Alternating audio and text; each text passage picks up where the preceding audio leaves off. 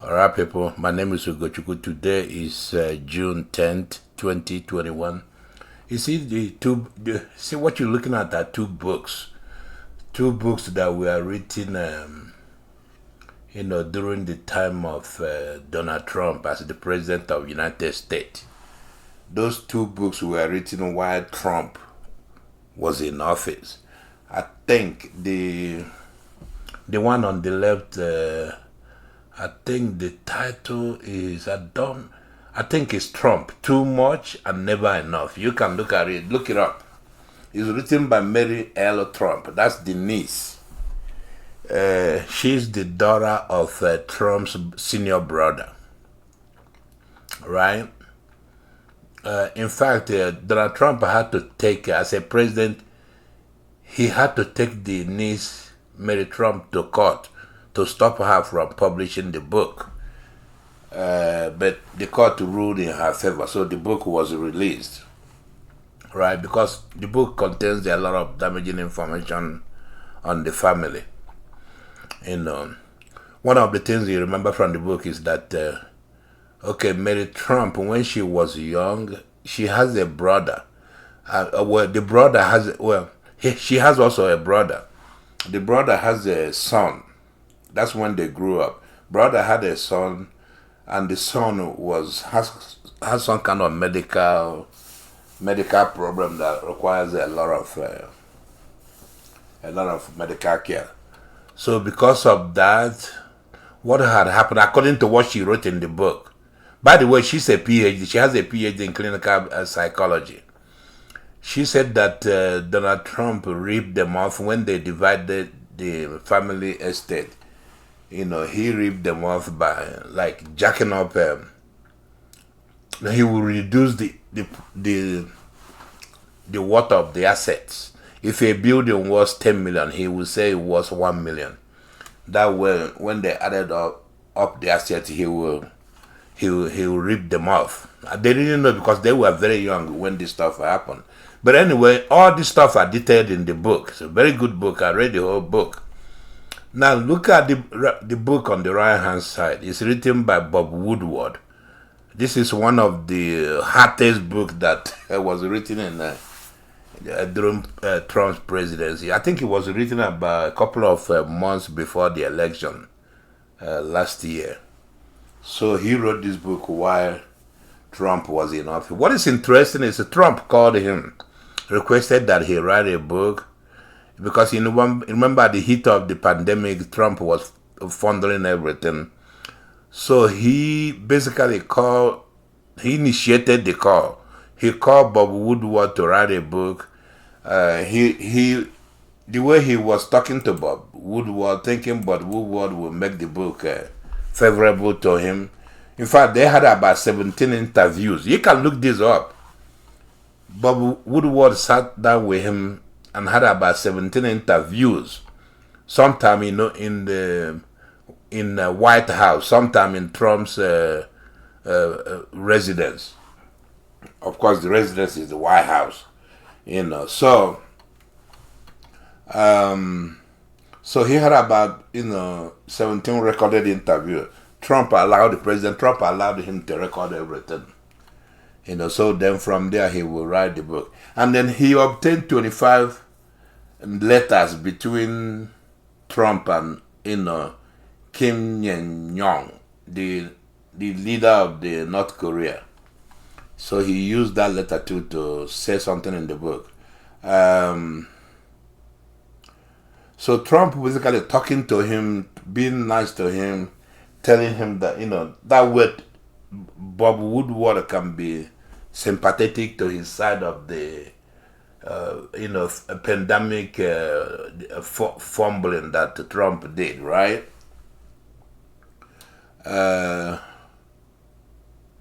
So basically, he was all nice to Bob Woodward, thinking Bob Woodward would write something good about him, but no. Bob Woodward told the truth. He even criticized the way he handled the pandemic and all the mistakes he made. So when the book came up, Trump was mad, but he couldn't do anything. The same thing with the Meritron's book. These are two books. There are many other books. There are like 30, 40 other books that were written while Trump was in office. But why am I telling you about this book? I bring you this video. Let me bring you this video. I was listening to a couple of Nigerians discussing the performance of the speech that President Buhari gave this today. So I'll bring you this. Yes, I wouldn't want to see if they are smarters. You remember that people wrote books on Trump and they make billions of while Trump is in power. So you see those people on that seat, if they write a memo, no. But this is no, not I think Nigeria. But this is don't take it. You're taking the imagination too far. no, This it's is Nigeria. they can only write after. Mazi, I am telling you that it is not imagination. I know they must have signed some. Even if without signing anything, my brother. You cannot, even without signing, it can be signing anything. You cannot, as long as it's cut out there. Honestly, it's morally unfair for you to begin to, just like recording somebody without telling that person you're doing so. So again, I don't see them doing that. And if you ever do, that means you must have relocated your family, your grandmother, your mother-in-law. Not only that, even if nothing happens to you, you must have breached them an unspoken agreement. Yeah. So gentlemen, the guys that served in Trump government that stepped out and wrote a book about Trump, what do you call that? No. That's a different system altogether. That's a different system altogether. Okay. You see the problem, eh?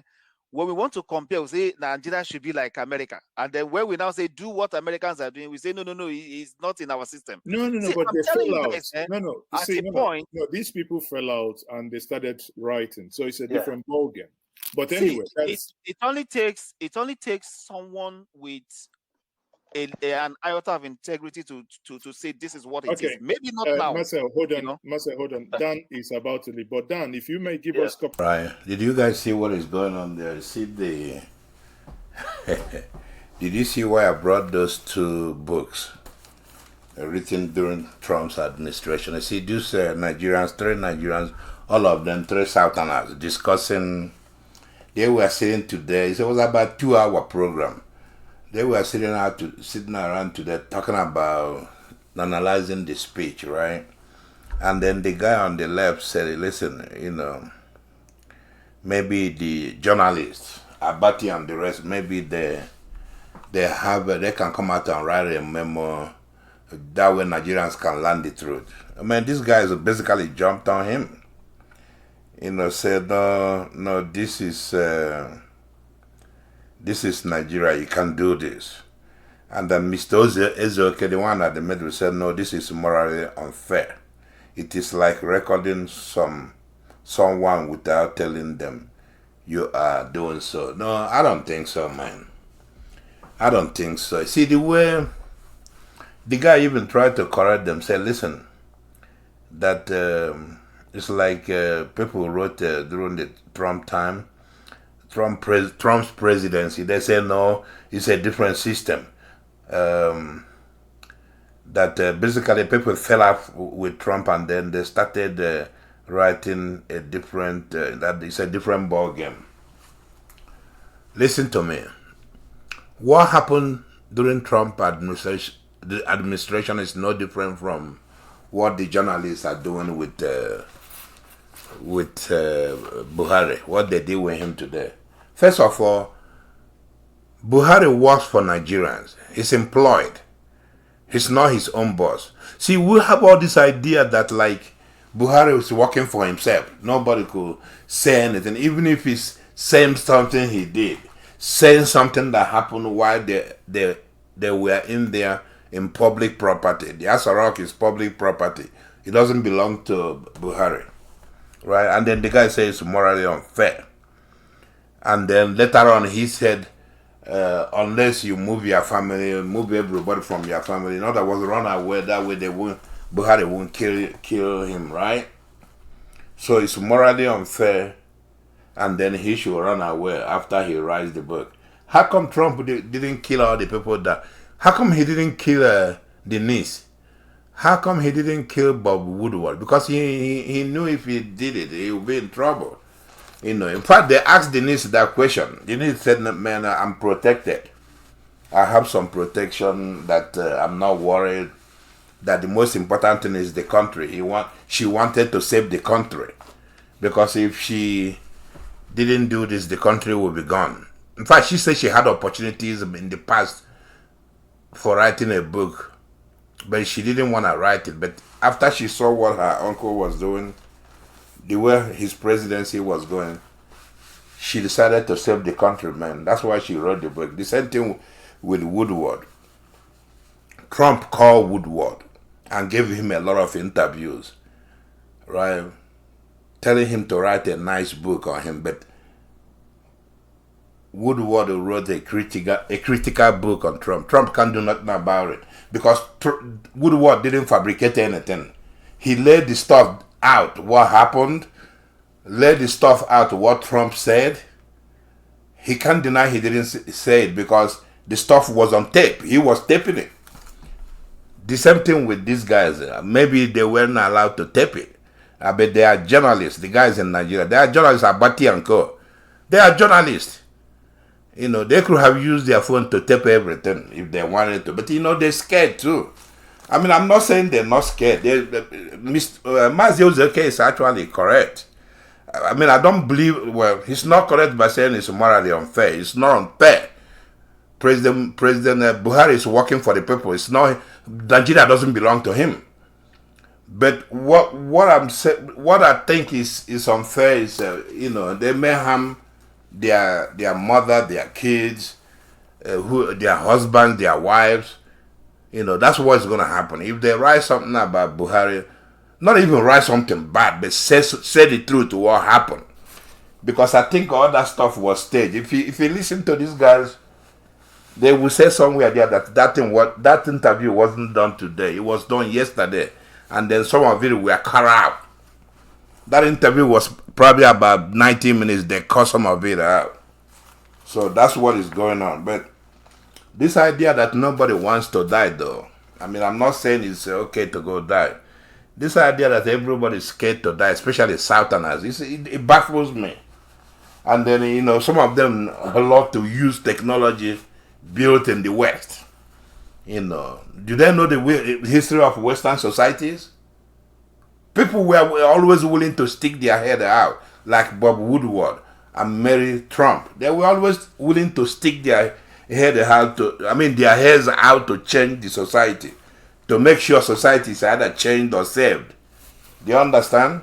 If you listen to a lot of high military guys in America, by the year before or 6 months before the election, a lot of them were scared. When they get on TV, they were scared. Get on TV, say, man, our experiment in democracy is going to end because of the way Trump was behaving. They weren't scared. I mean, they weren't scared for their life. They were scared for the country. But they got on TV and said what was in their mind. You know, because this is a country with constitution. The constitution works. The court system works. In a way, yes, I kind of agree with Mazio Zoka and what's his name, Elomba guy, but they're not saying it right. Well, I don't want to criticize them, but I'm just saying what I'm feeling. If Nigeria doesn't have a court system, good court system, we don't have a good constitution. So if Buhari tried to harass you, where are you going to go? You go to the court, his terrorist brothers are there. So they rope you in. Basically, your life will be ruined. You know, in a way, I understand what they're saying, but in a way, sometimes we have to grow the ball, do the right thing, even if it leads to our death. That's all I'm saying.